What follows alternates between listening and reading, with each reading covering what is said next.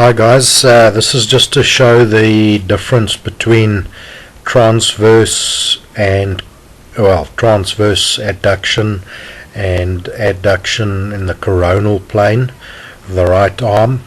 On the left we've got JB Holmes, and first thing I want you to look at is just the direction that he moves his elbow in coming down.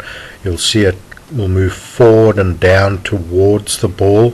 So at this point already now his elbow's in front of his hip, and what that does is that allows him to be able to retain this angle in his arm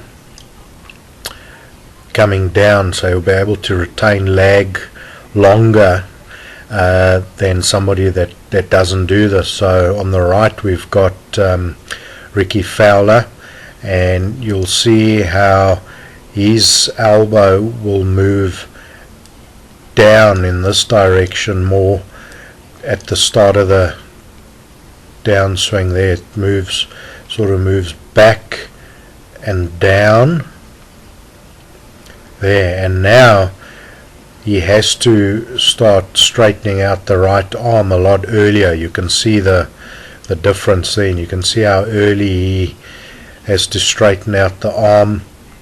This results in a flip roll and a stall in the hips, as you can see there. If we go back to Holmes, you'll see how he's able to keep clearing, keep rotating, because that arm's in front of his body.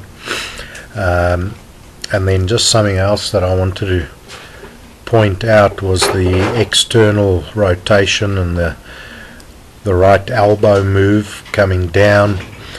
You'll see how he makes a strong elbow movement, so that elbow's literally moving faster than the hands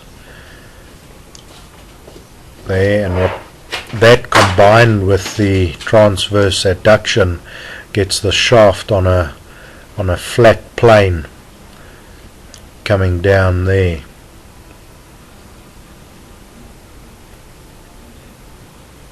Thanks a lot guys.